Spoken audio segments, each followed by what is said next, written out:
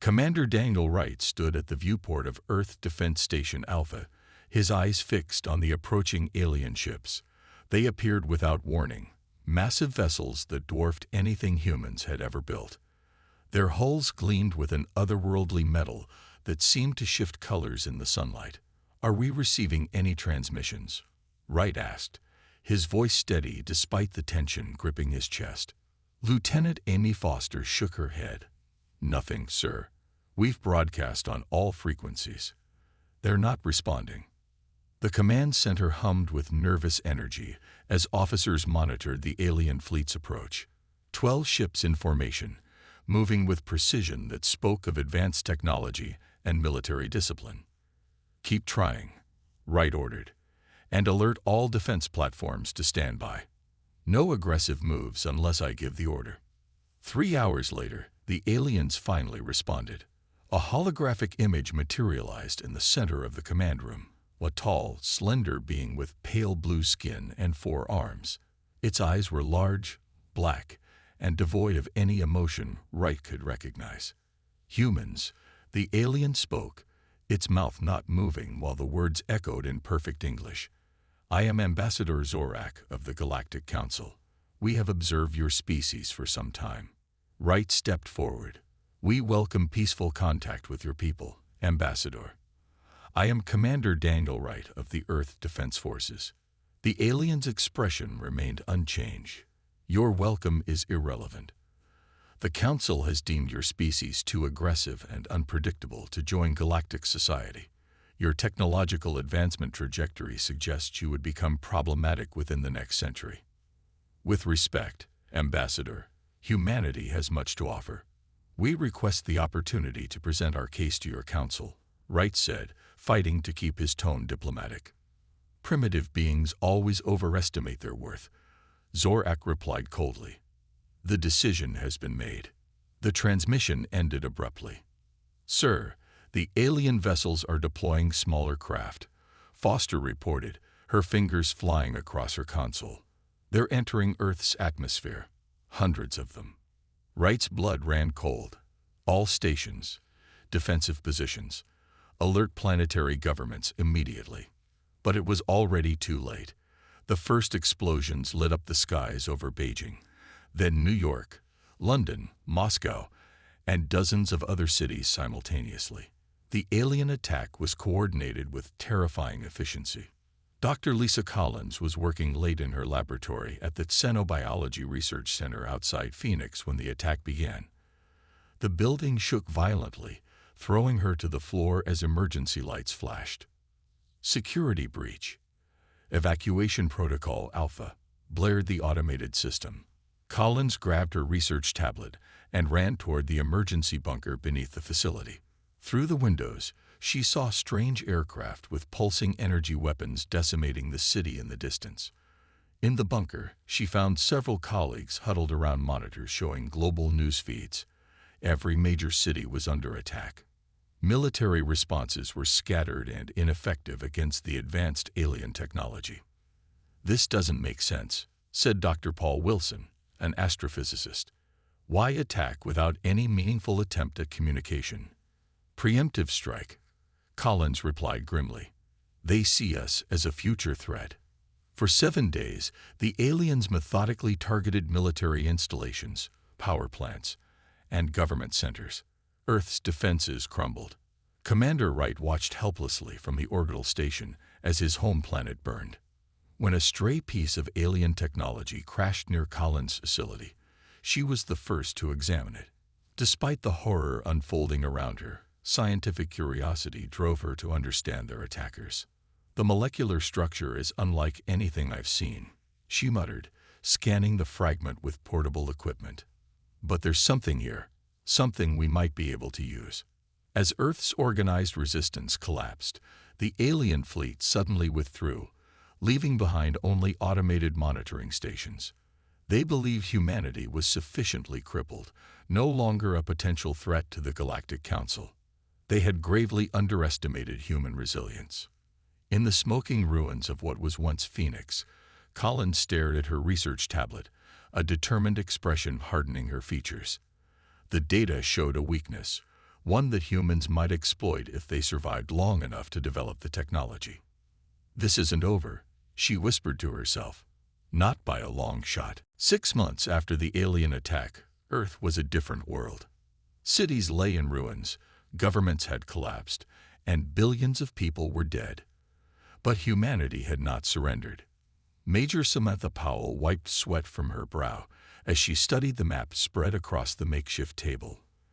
The mountain base she'd established in the Rockies was one of several resistance hubs around the world. Hidden deep in a natural cave system, it had escaped the aliens' notice. "Major, the scout team is back," reported Sergeant Frank Wilson, his face dirty and clothes torn from weeks in the field. Powell nodded. "Bring them in." Captain Eric Johnson entered the command cave, leading a group of exhausted civilians. "Found them hiding in the ruins of Denver," he explained. 2 engineers, a doctor, and a physicist. Powell approached the newcomers. "Welcome to Echo Base. I know you've been through hell, but we need every skilled person we can find." The physicist, a middle-aged man with glasses held together by wire, stepped forward. "Dr. Alan Rivers. I was working on experimental energy systems before the attack. Maybe I can help." "We need all the help we can get," Powell said, gesturing toward their power station, a jumble of salvaged equipment and solar panels. Later that evening, Powell met with her leadership team. The base now housed nearly 300 survivors, a mix of military personnel and civilians with valuable skills. "The alien monitoring stations follow a predictable patrol pattern," Johnson explained, pointing to marked locations on the map. "They don't expect resistance anymore, which gives us an advantage." "What about the tech recovery mission?" Powell asked. "Successful," said a new voice. Kevin Martinez entered, carrying a metal case. The young engineer had been a satellite designer before the invasion. Now he was their technical genius. "We salvaged components from a downed alien drone," Martinez said, opening the case to reveal oddly shaped metal parts. "Their technology is incredible, but not incomprehensible. I think I can reverse engineer some of it." Powell nodded. "Good. Any word from other resistance groups?" "We've established radio contact with bases in the Appalachians and Sierra Nevada," Wilson reported. "Similar setups to ours. There are rumors of organized resistance in the Andes, Alps, and Himalayas too." "And Dr. Collins?" Powell asked. Johnson grinned. "That's our best news. Captain Riley's team found her alive. They're bringing her here. ETA 2 days." Powell felt a spark of hope for the first time in months. Dr. Lisa Collins was the leading xenobiologist who had been studying alien technology since the first attack. 2 days later, Collins arrived at Echo Base, her research tablet clutched protectively to her chest. Despite looking thin and exhausted, her eyes burned with determination. "The monitoring stations are just the beginning," Collins explained in her first briefing. "The Galactic Council believes we're finished, but they left minimal forces to ensure we don't recover." "Why not just wipe us out completely?" asked Rivers. "Resources," Collins replied. "Total genocide requires more effort than they thought we were worth. They expect us to survive as a primitive species, but never again reach space." Martinez showed Collins the alien components he'd recovered. Her eyes widened. "This confirms my theory," she said excitedly. "Their technology has biological components that interface directly with their nervous systems." "How does that help us?" Powell asked. Collins smiled grimly. "Because human DNA is surprisingly adaptable. With some modifications, we might be able to interface with their tech ourselves." For the first time, the leaders of Echo Base allowed themselves to consider not just survival, but retaliation. "We need more tech samples," Collins said, "and test subjects willing to undergo experimental procedures." Powell looked around the room. "We also need to connect with other resistance groups and coordinate our efforts." Captain Johnson stood. "I'll lead the next recovery mission. There's an alien monitoring station 50 miles east that looks vulnerable." As the meeting ended, Powell gazed at the wall where they'd painted their simple motto, "Remember Earth." Soon, she thought, they would add another, "Make them pay." Dr. Lisa Collins worked day and night in her improvised laboratory deep within Echo Base. For weeks, she had been analyzing the alien technology, particularly focusing on the neural interface components. Today might be the breakthrough they needed. "Look at this," she said to Kevin Martinez, pointing to her microscope. "The alien tech doesn't just respond to their biology. It's designed to adapt to neurological input, any neurological input." Martinez leaned in, his expression turning from confusion to excitement. "Are you saying what I think you're saying?" "Yes," Collins nodded. "The aliens underestimated human adaptability. With the right genetic modifications, humans can interface with their technology. We can use their own weapons against them." The news spread quickly through Echo Base.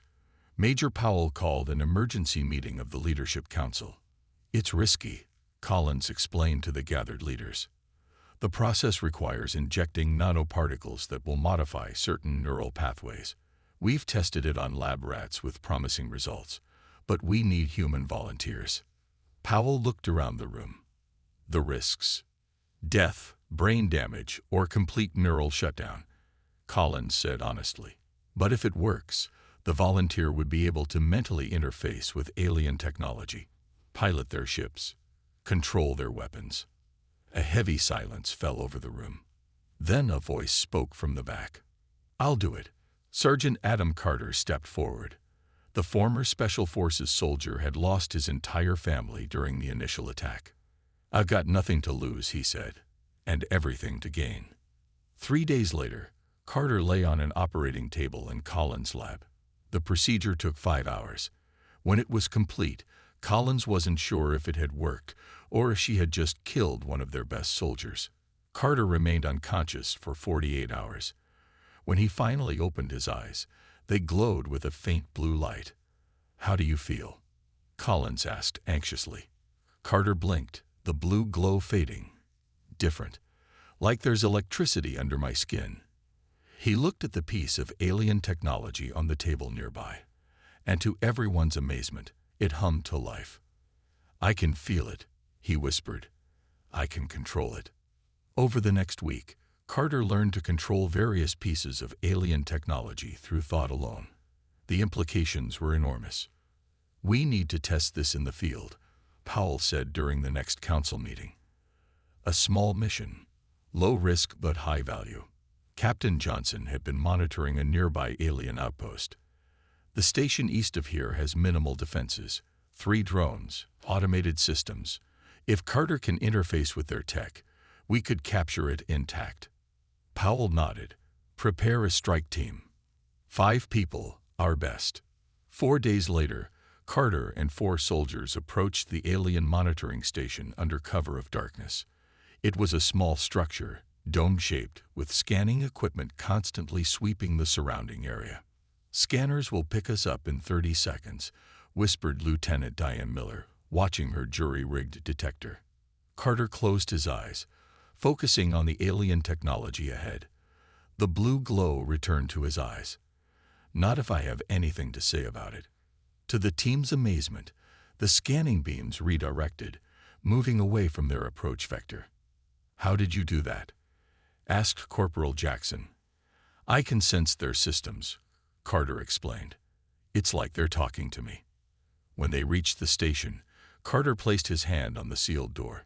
His enhanced nervous system connected with the alien security protocols, and the door silently slid open. Inside, 3 drone guards hovered, but before they could activate their weapons, Carter raised his hand. The drones froze in midair.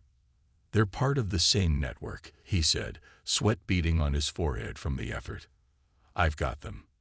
The team quickly secured the station, downloading critical data and gathering undamaged alien technology. Most importantly, they captured an intact alien shuttle. "Can you fly it?" Johnson asked over the radio when they reported their success. Carter stepped into the shuttle's control chamber. Instead of physical controls, there was only a neural interface pad. He placed his hand on it, and the shuttle hummed to life. "That's affirmative," Carter replied, a grim smile spreading across his face. "We now have our first alien spacecraft." Back at Echo Base, Major Powell received the news with cautious optimism.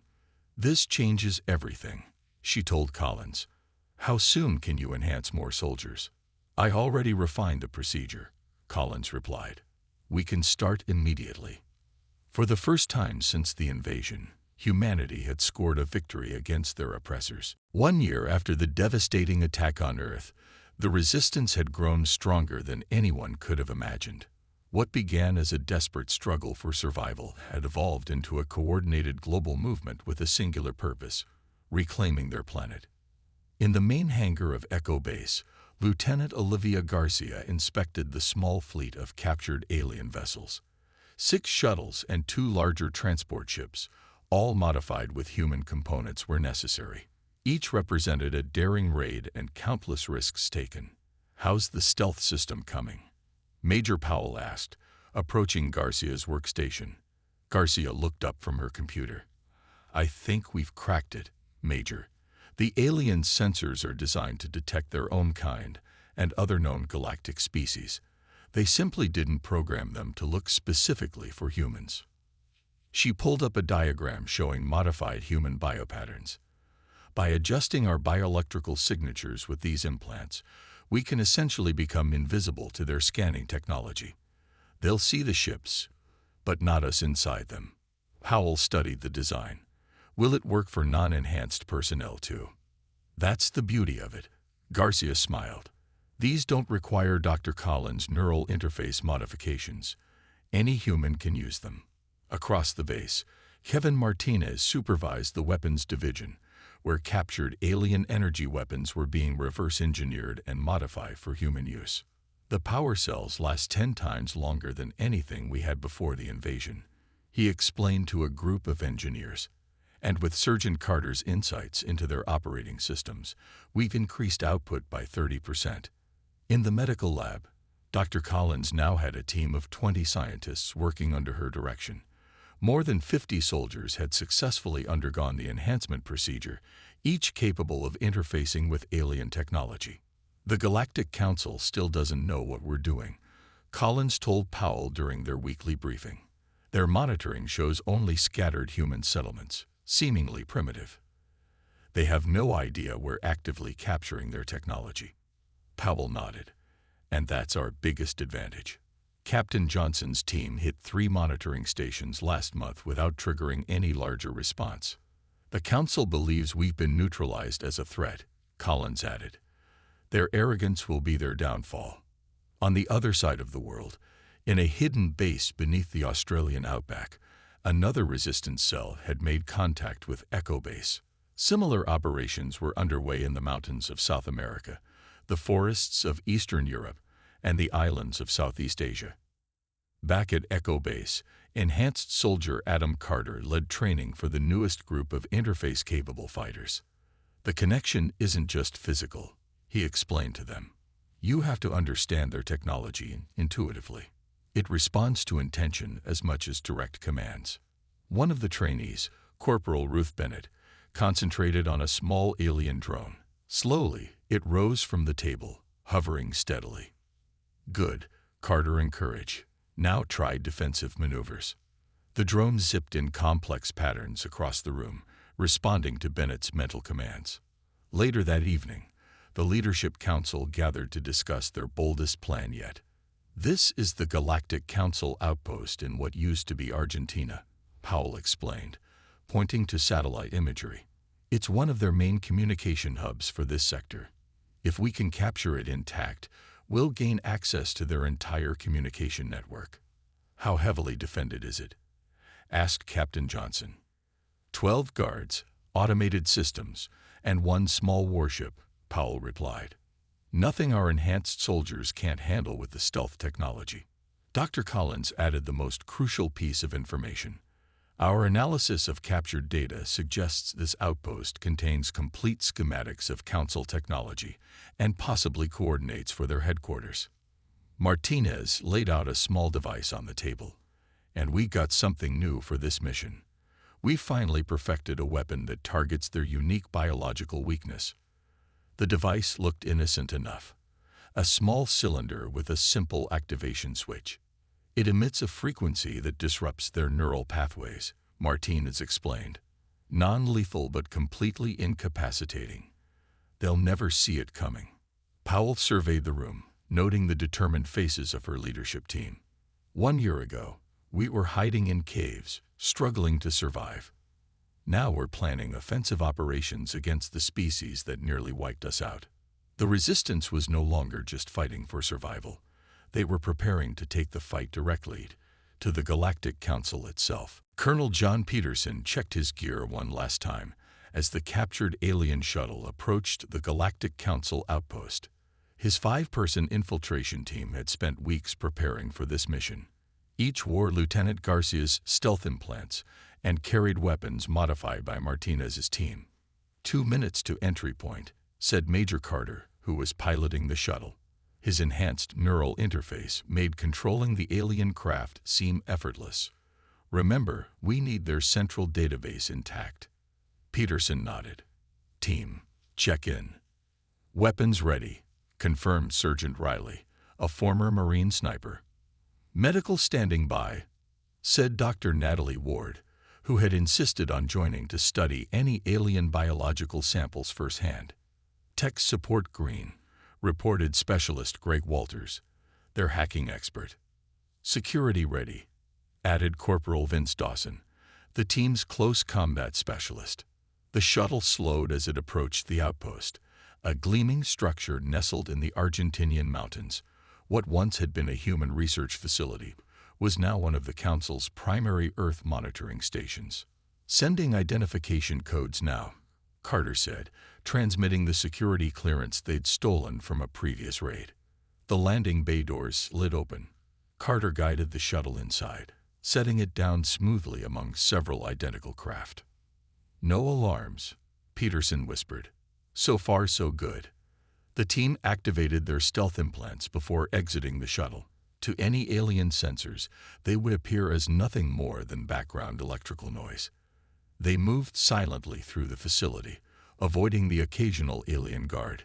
The Galactic Council species looked more intimidating up close, tall, 4-armed humanoids with blue skin and expressionless black eyes. They moved with precision and purpose, clearly believing their outpost was completely secure. Central Command should be 2 levels down, Walters said, consulting the holographic map projected from his modified alien device. The team located an access tunnel and descended. When they reached the lower level, they encountered their first obstacle, a security door requiring biometric authentication. "I've got this," Carter said, placing his hand on the scanner. His enhanced connection to alien tech allowed him to simulate the correct biometric signature.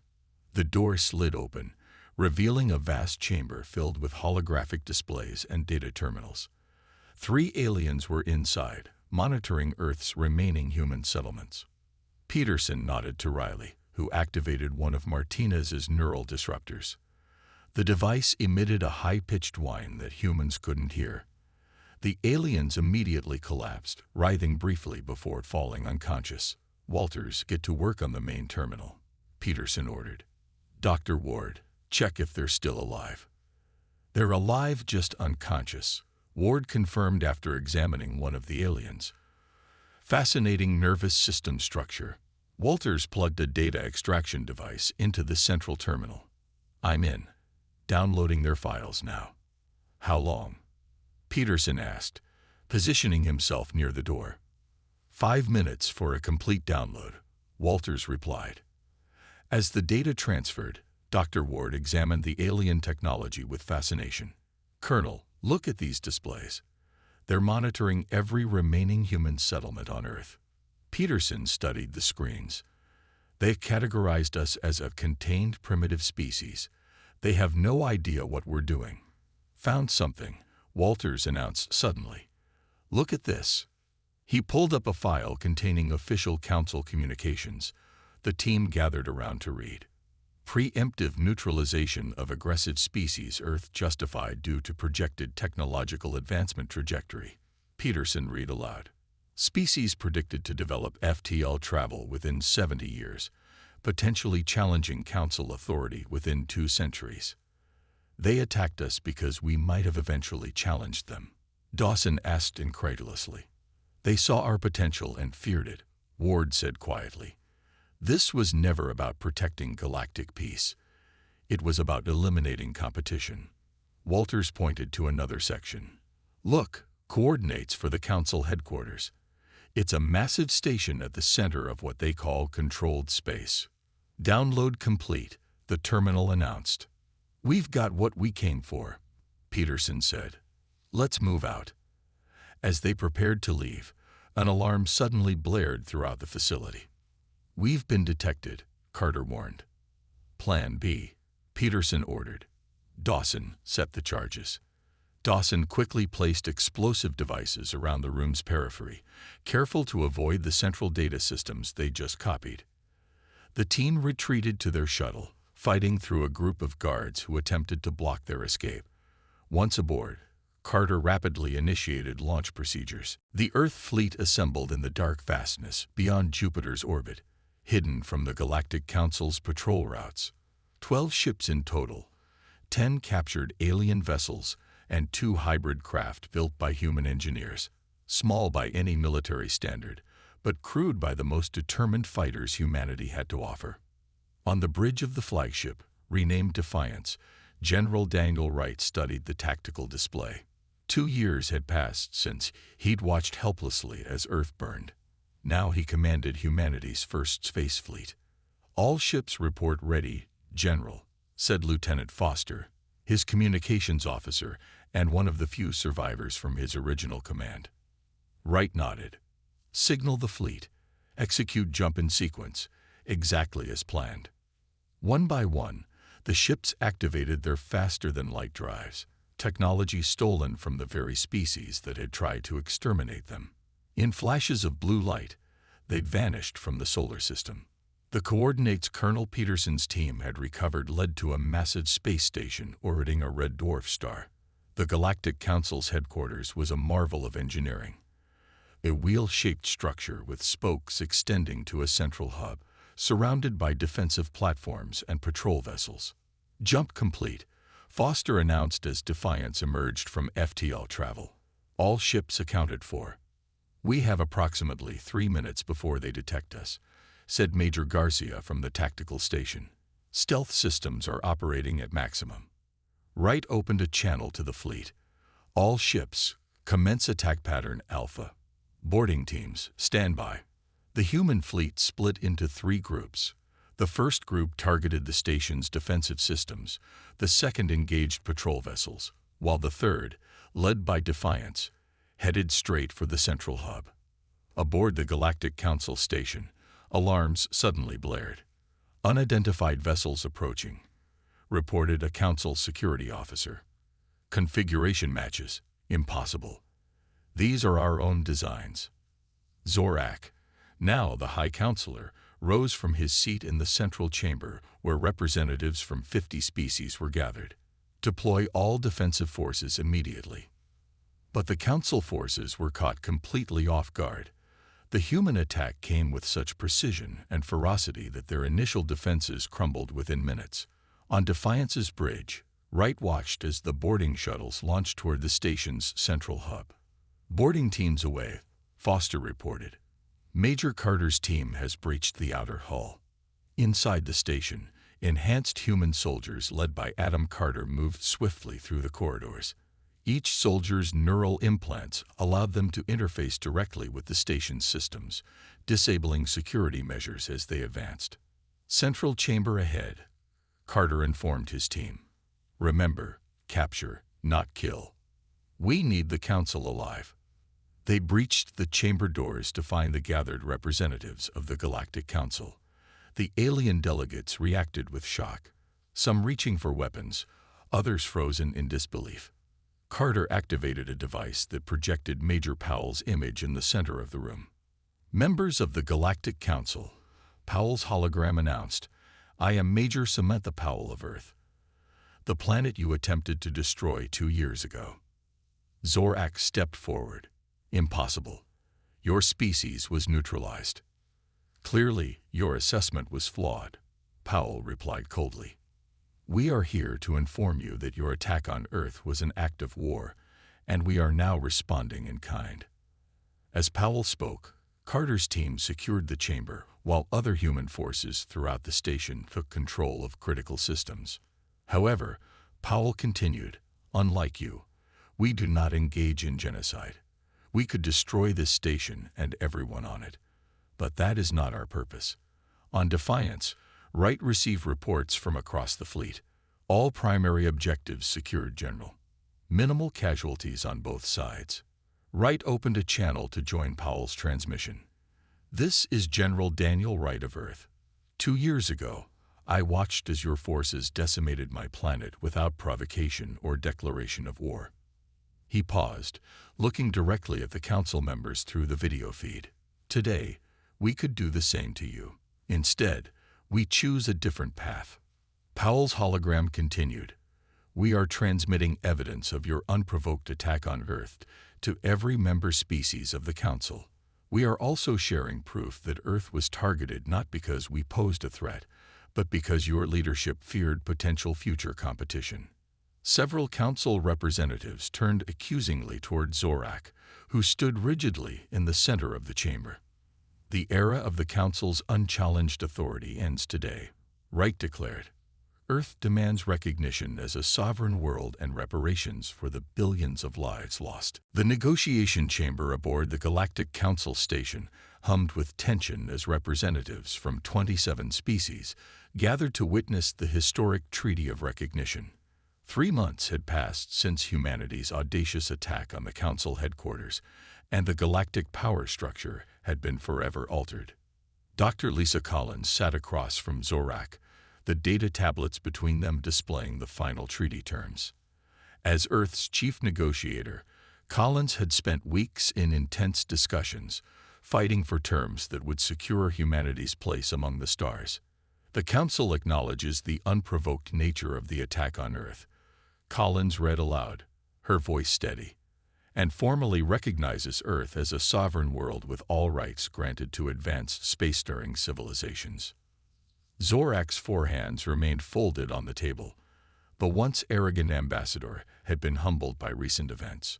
Several Council member species had withdrawn in protest after learning of the attack on Earth, forming their own alliance. Furthermore, Collins continued, the Council agrees to provide technological assistance and resources to aid Earth's recovery, equivalent to 5% of the Council's annual economic output for the next 20 years. When the final signatures were applied to the treaty, applause erupted from the Earth delegation. General Wright exchanged a meaningful look with Major Powell. Their impossible gamble had paid off. Back on Earth, recovery efforts accelerated with the arrival of Council aid. Cities began to rise from the ruins, built with advanced materials and technologies. The population, decimated by the initial attack, slowly began to grow again. 6 months after the treaty signing, the first joint human-alien research facility opened in what had once been Geneva. Scientists from a dozen species worked alongside humans, sharing knowledge and developing new technologies. Kevin Martinez led a team integrating Council propulsion systems with human spacecraft designs. We've compressed 50 years of development into months, he explained to visiting dignitaries. Our first colony ship will launch next year. In orbit above Earth, a memorial station was constructed, a massive ring where the names of billions of human casualties were etched in luminescent material visible from the planet's surface. It served as both a memorial and a reminder of the cost of the Council's aggression. Adam Carter, now General Carter, headed Earth's new defense force. Enhanced soldiers like him formed the core of humanity's military, though their numbers remained small. The neural interface technology was carefully controlled, used only by those who chose to serve. We maintain our strength not to threaten, but to ensure this never happens again, Carter told a group of new recruits. Earth will never be vulnerable again. Most surprising to the Council was humanity's outreach to other primitive species. Earth representatives traveled to worlds the Council had deemed unready for galactic society, offering alliance and protection. The Council's assessment criteria were fundamentally flawed. Dr. Collins explained during an interstellar conference. They measured advancement solely through technology, ignoring cultural development, ethical systems, and adaptability. On a small green world called Terix, Lieutenant Olivia Garcia led a team teaching the native population how to detect and counteract Council monitoring systems. The Terixan, reptilian beings with a rich cultural tradition but limited technology, welcomed the humans as liberators. "Your people understand what it means to be deemed unworthy by those with greater power," said the Terixan elder, Shal. "Yet you do not use your new strength to conquer, but to uplift." 1 year after the treaty signing, Earth hosted the founding conference of the Alliance of Independent Worlds. 12 species, including humans, signed a mutual defense pact and free exchange agreement. Unlike the hierarchical council, the alliance operated on principles of equality and consensus. In the rebuilt city of New Sydney, General Wright stood with Major Powell on the balcony of the alliance headquarters, watching ships from a dozen worlds move through the evening sky. "Did you ever imagine this outcome when we were hiding in the Rockies?" Powell asked. Wright shook his head. "Never. I just wanted humanity to survive." "We did more than survive," Powell replied, looking out at the thriving city. "We changed the galaxy." Below them, in a park built where ruins once stood, human children played alongside the offspring of alien diplomats and researchers. The children saw nothing strange in their differences, learning each other's languages and games with the easy adaptability that had saved their species.